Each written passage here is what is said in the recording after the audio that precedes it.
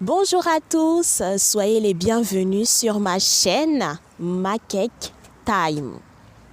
Alors aujourd'hui, je vous reprends dans cette nouvelle vidéo pour vous raconter une histoire très importante. C'est l'histoire d'un couple. Alors ce couple-là, on va donner le nom de Obon pour l'épouse et Mba pour le monsieur.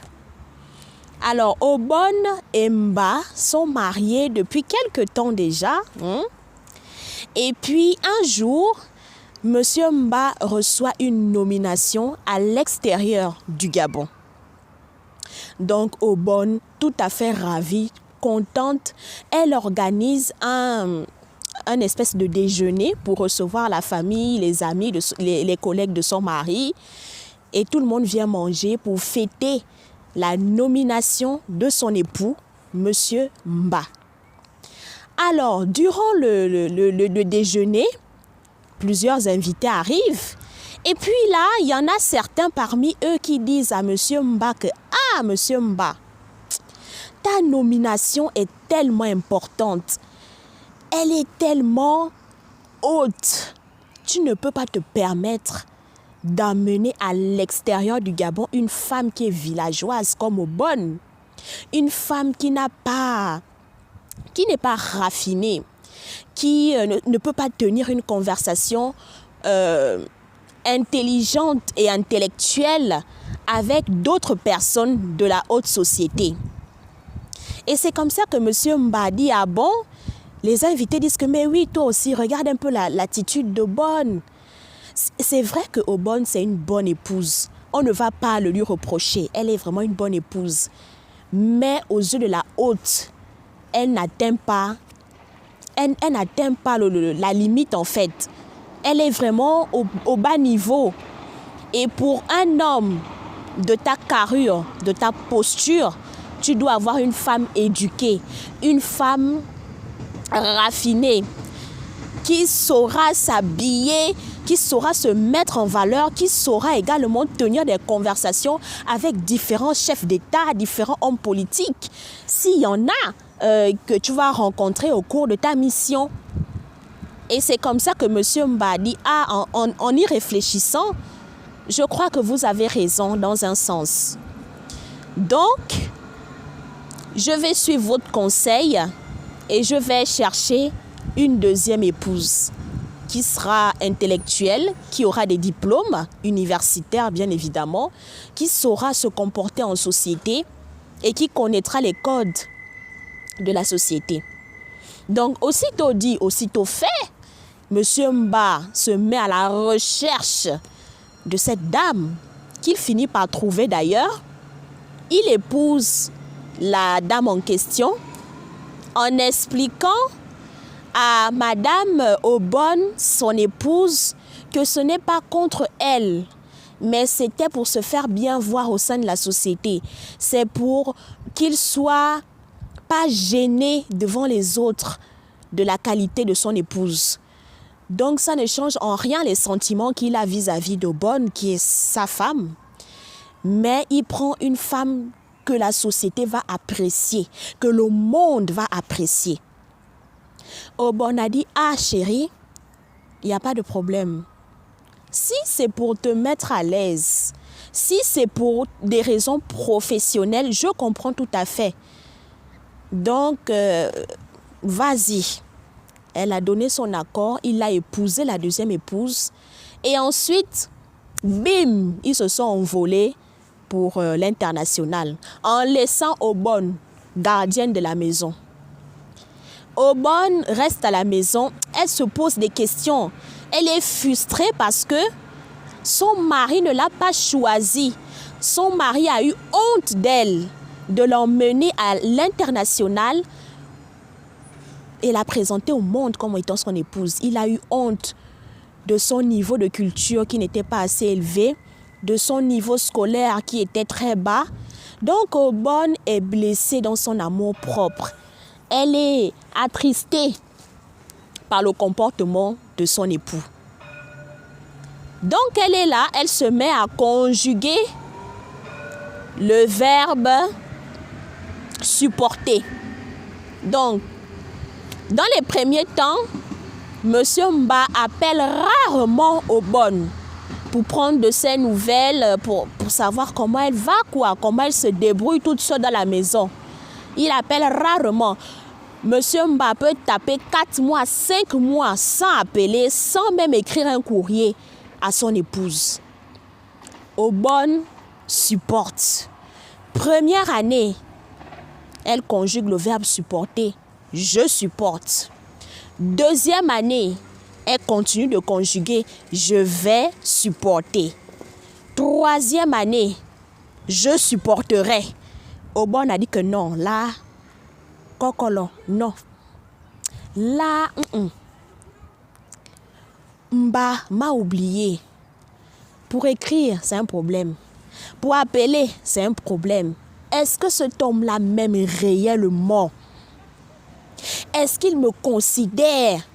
Il est là-bas à l'international, en train de vivre la vie de Louga, en train de profiter avec sa nouvelle épouse.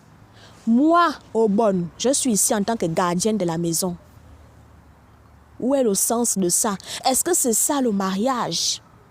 Mon Dieu, Atarazam, j'ai tué qui pour vivre une chose pareille? C'est comme ça qu'elle fait la rencontre d'un jeune homme qui n'est pas vilain, qui est séduisant. Elle aussi, Obone, n'est pas aussi une vilaine femme. Donc, elle tombe amoureuse de ce jeune homme-là. Et comme elle se sent seule, elle se sent délaissée, abandonnée à elle-même depuis près de 3 ans, Obone se met à entretenir une relation extra-conjugale avec ce jeune homme. Le jeune homme réveille les sensations longtemps oubliées par Obone. Tellement que le gars est efficace. Il dame comme ça la grossesse jumellaire à Obone. Hey! Qu'est-ce que les gens du quartier n'ont pas dit? Tout le monde a commencé à chuchoter. Ouais, Obone est en grossesse, ah bon? Oh oui! Vraiment, quelle femme infidèle! Son mari part travailler. Elle reste, c'est pour prendre les grossesses. Mais franchement, cette Obone-là, hein? Oh, vraiment, quelle honte! Obone commence à entendre comment les gens parlent. Ça parle de droite à gauche, de droite à gauche. Ça l'accuse. Obone dit, ah, elle fait asseoir son amant. Elle dit à son amant que, ah, là où je suis déjà enceinte là, la nouvelle, je suis sûre que là où tout le Gabon est déjà au courant, c'est que mon mari là-bas, il est déjà informé. Donc, pardon, j'ai commis une erreur. Moi, je suis amoureuse de mon mari, j'aime mon mari. S'il te plaît, toi et moi, la relation va s'arrêter ici. Je vais tout faire pour demander pardon à mon mari. Je sais que c'est un homme qui est magnanime. Donc, j'ai confiance, j'ai espoir qu'il va me pardonner. Mais je suis très amoureuse de mon mari. Je ne veux pas gaspiller mon mariage. Le gars aussi a dit que, ah, Obone, tu as raison. On a commis une erreur, c'est un péché parce que tu es la femme d'autrui. Mais ah, on ne peut plus revenir en arrière. Mais sache une chose. Si jamais, avec ton mari là-bas, ça capote, ça foire, sache que je suis toujours disponible. Tu peux m'appeler si jamais tu as des problèmes avec les enfants. Je vais également me battre pour participer. Il n'y a pas de problème parce que ce sont mes enfants. Je ne peux pas quand même les régner. Mais je respecte ta décision de vouloir les élever avec ton mari. Ça ne me dérange pas. Si lui aussi, ça ne lui pose pas de problème, à moi non plus, ça ne me posera pas de problème. Obone a dit, ok, merci beaucoup. C'est comme ça qu'Obone a attendu d'accoucher. Et finalement, elle a accouché les jumeaux, 2 beaux garçons. bien beau, joli, vaillant comme tout, hein.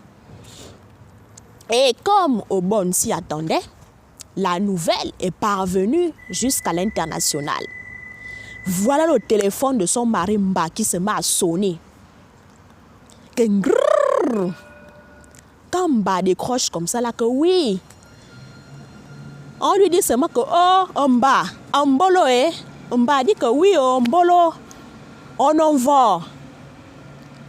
La personne dit que qui est Mba.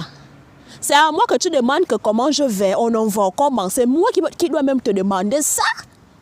Parce qu'avec tout ce qui s'est passé là, Mba, comment tu peux accepter une chose pareille? C'est comme ça que Mba dit que qui est.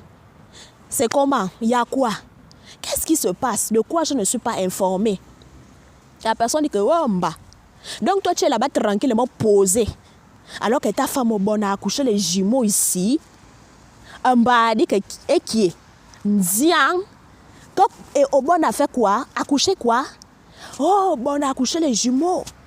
Les jumeaux là sont là, dans la maison. Toi, tu es là-bas tranquillement, tu ne sais pas que tu as les jumeaux qui t'attendent ici. Mba a dit que oh, toi, si c'est une blague, vraiment, s'il te plaît, arrête. Je ne suis pas d'humeur à blaguer.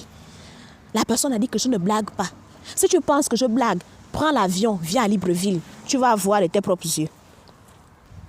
Mba a dit à sa femme que bon, là, on vient de m'annoncer une nouvelle là. Il faut que moi-même je vérifie ça. Il a pris sa femme, dans l'avion. Quand ils arrivent comme ça à Libreville, il débarque à la maison. Il voit seulement les jumeaux allongés dans les couffins, en train de jouer avec leur mère. Mba est seulement resté comme ça là. Quand Obon a vu son mari, Obon s'est levé comme un seul homme. Aller accueillir le mari, prendre les valises du mari, accueillir la rivale. Mba est rentré dans la chambre. Obon a dit que Mba, je te sers à manger. Mba n'a rien dit. Obon a fait la table. Tout, hein, proprement et tout. Mba est venu manger. Et tout. Mba ne disait rien. C'est comme ça que Obon a dit que ah, chérie, je vais te parler. Est-ce qu'on peut se retirer dans la chambre? Mba a dit d'accord. Quand ils arrivent dans la chambre comme ça, là, Obon a dit que ah, chérie, pardonne-moi. Chérie, pardonne-moi. Je ne sais pas ce qui m'a pris. La solitude. La solitude peut tuer quelqu'un. Quand tu es seul dans la maison avec les quatre murs, les mauvaises idées te traversent seulement. Et tu ne m'appelais pas. Tu passais les 5 mois, les 6 mois, les 4 mois sans m'appeler. J'avais besoin de la présence d'un homme. Donc vraiment, voilà le péché que j'ai commis, même bas. Toi-même, tu sais que devant Dieu, devant les hommes, devant nos ancêtres, c'est toi que j'aime. On a organisé notre mariage coutumier. Tout le monde a mangé la dot là. Même les ancêtres ont mangé. Donc, pardon, Mba. Pardon. Ngongol. Vraiment, accepte les enfants là. Ce sont tes enfants. Ils n'ont pas d'autre père. C'est toi leur père. Mba a dit que, ah, ce que tu me demandes là, vraiment, Obon. Hey! Atarazam. Hey! Wajima. Obon, tu m'as tué. Ah! Mba a dit que pardon, il faudrait que je réfléchisse. Parce que c'est très compliqué ce que tu me demandes. Mba est parti. Il a réfléchi comme ça. Là, il a dit non. Il faudrait que je consulte mon grand frère. Il va m'aider parce que c'est un homme qui est très sage. Il va m'aider à prendre la décision. C'est comme ça que, broum, il prend sa voiture. Il part chez son grand frère. Quand il arrive chez le grand frère comme ça, là, le grand frère lui dit que, ah, Mba, enfin te voici, depuis que tu es arrivé là, de l'international, on ne te voit plus, c'est comment? Il dit à son grand frère que, ah, si je suis venu d'Ardar là, c'est parce que j'ai entendu que ma femme a accouché ici. Les jumeaux qu'elle m'a balancés. Je fais comment? J'aime ma femme au bonne. Mais là, vraiment, je suis dépassée. Et c'est comme ça que son grand frère dit que, ah, Mba, toi, tu t'attendais à quoi? Tu as pris une autre femme. Tu as dit que, oh, bonne villageoise, oh, bonne n'est pas bien, oh, bonne n'est pas présentable, oh, bonne n'a pas les diplômes, oh, tout ça là. Tu as pris une autre femme. Oh, bonne aussi s'est senti mal. Depuis que tu es parti, tu ne l'écrivais même pas. Même pour appeler, c'est un problème. Écrire, c'est un problème. Tu as fait la vie de louga à l'international avec ton épouse. Tu voyais encore Aubonne. Tu t'occupais encore d'Aubonne. Est-ce que tu appelais même pour prendre de ses nouvelles? Donc, mets-toi aussi à sa place. Ce n'est que ça le résultat. Mais dans notre coutume fond, les enfants sont un don de Dieu. En plus, les jumeaux, c'est un cadeau du ciel. Dans notre coutume femme, on a déjà mangé la dot. Donc, quand la femme est dotée, épousée, tout le monde a mangé, même les ancêtres ont mangé. Les enfants qu'elle va aligner dans le mariage, là, ce sont tes enfants. Même si elle a ligne 10, même si elle a ligne 15 qui ne sont pas de toi, c'est toujours tes enfants sur le plan traditionnel. Donc, tu dois reconnaître les jumeaux. C'est comme ça que Mba dit, ah, j'aime ma femme. Et je sais que tu as raison. Moi-même, je sais que Aubonne a souffert. Je le sais, je suis conscient de ça. Donc, je vais reconnaître les jumeaux. Mais les jumeaux ne peuvent pas vivre avec nous dans la même maison. Et qui est? Je ne peux pas. Quand je vais voir les enfants là, tous les jours, ça va me rappeler l'infidélité d'Aubonne. C'est ça là qui me dépasse. Comment je fais? C'est comme ça que son grand frère a dit que bon, si ce n'est que ça, moi j'ai trouvé la solution. C'est que on donne les enfants à notre sœur et elle va s'en occuper puisqu'elle n'a pas d'enfant. Elle n'a personne. Donc elle peut très bien s'occuper des jumeaux. Voilà comment Mba a dit que ça c'est une bonne idée. Je vais d'abord soumettre l'idée à Aubonne. Comme c'est elle la mère des enfants là. Elle va me dire si elle accepte. Comme ça, on va repartir sur de nouvelles bases. Son grand frère a dit que ok, il n'y a pas de problème. Moi, je suis là, j'attends. Allez-y. Voilà comment il part chez Aubonne. Et Aubonne trouve l'idée bonne. Elle n'a pas de... Elle ne refuse pas cette idée. Elle a dit qu'en tout cas, si ça nous permet de repartir sur de nouvelles bases, si ça me permet de sauver mon mariage, moi, je suis d'accord. Et c'est comme ça qu'ils ont pris les enfants avec son grand frère. Ils ont atterri chez leur sœur. Comme ça que la sœur voit seulement, on l'amène 2 jumeaux là-bas dans les couffins. La sœur a dit que c'est comment avec les enfants d'Aubonne? Vous trimballez maintenant les enfants comme ça là, c'est comment? C'est comme ça que le grand frère a dit que toi-même tu connais la situation de ton frère.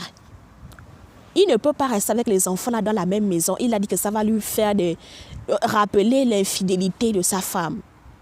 Mais il a reconnu les enfants. Voilà les actes de naissance, tout est à son nom. Les enfants sont reconnus légalement comme étant les siens. Donc, nous on vient de déposer les enfants. Tu t'occupes des enfants comme leur mère.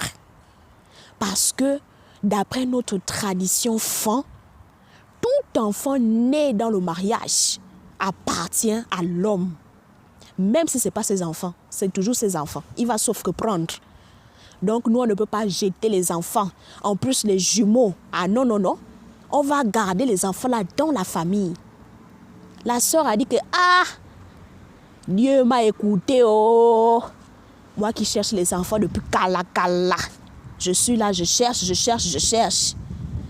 On vient me donner 2 enfants. Moi, je vais refuser. J'accepte. Je prends les enfants. Je les garde comme mes propres enfants. La sœur a pris les jumeaux, elle les a gardés. Et M. Mba et Aubonne ont pu reprendre leur vie conjugale. Et Aubonne a fait d'autres enfants dans le foyer avec son mari. Et ils ont trouvé un équilibre dans ce nouveau foyer qui était désormais devenu un foyer polygamique, puisque M. Mba avait pris maintenant une deuxième épouse. Donc, ils ont trouvé leur stabilité et voilà comment l'histoire s'est déroulée. Alors, si je vous raconte cette histoire, c'est tout simplement parce que moi qui suis présente devant vous aujourd'hui, je suis la fille de l'un des jumeaux d'Aubonne. Alors, cette histoire, je vous la raconte également parce que c'est très important qu'on aborde le sujet de la discrimination des personnes analphabètes au sein de notre société. Ma grand-mère, elle a été discriminée parce qu'elle n'a pas fait de hautes études, parce qu'elle était analphabète. Donc, elle a été discriminée de la part des gens du voisinage, de la part même de son mari. Donc, c'est un sujet très sensible. Il faudrait qu'on mette fin à la discrimination. Ce n'est pas parce que quelqu'un est villageois, ce n'est pas parce que quelqu'un est analphabète que ça veut dire qu'il est inutile à la société. Qui vous a dit ça? Qui vous l'a dit? Personne ne naît stupide. On est tous intelligents. Il suffit seulement qu'on puisse apprendre à quelqu'un comment s'y prendre. La personne va apprendre et elle va faire de son mieux. Si jamais mon grand-père avait pris la décision à ce moment-là, au lieu d'épouser une autre femme, s'il avait pris la décision de prendre par exemple un coach qui devait montrer à ma grand-mère comment s'y prendre pour s'habiller, pour tenir une conversation, la remettre même à l'école afin qu'elle soit aussi une femme distinguée, il n'y aurait pas eu tout ceci. On aurait évité cette infidélité. Donc, c'est pour ça que je vous raconte cette histoire aujourd'hui. C'est pour que nous tous, nous puissions prendre conscience que même si on est villageois, on n'a pas fait d'études, on est illettré même, ce n'est pas un souci. On est tous utiles à notre société. Nous devons au contraire être unis et travailler main dans la main. C'est très important. C'est pour ça que je tenais à vous raconter cette histoire. Ma grand-mère, elle a été très touchée dans son amour propre. Elle a souffert de cette discrimination parce qu'elle était analphabète, parce qu'elle était villageoise. Alors que normalement, elle ne devait pas souffrir de discrimination à ce niveau. Donc, arrêtons de stigmatiser les autres. Ils sont différents, oui, mais ça ne veut pas dire qu'ils sont inutiles. Ça ne veut pas dire qu'ils doivent être les déchets de la société. Jamais. Chacun d'entre nous a son utilité. Chacun d'entre nous apporte quelque chose à la société. Donc voilà, c'était le message d'aujourd'hui. J'espère vous retrouver prochainement dans une autre vidéo. Passez de bonnes fêtes et d'ici là, à bientôt.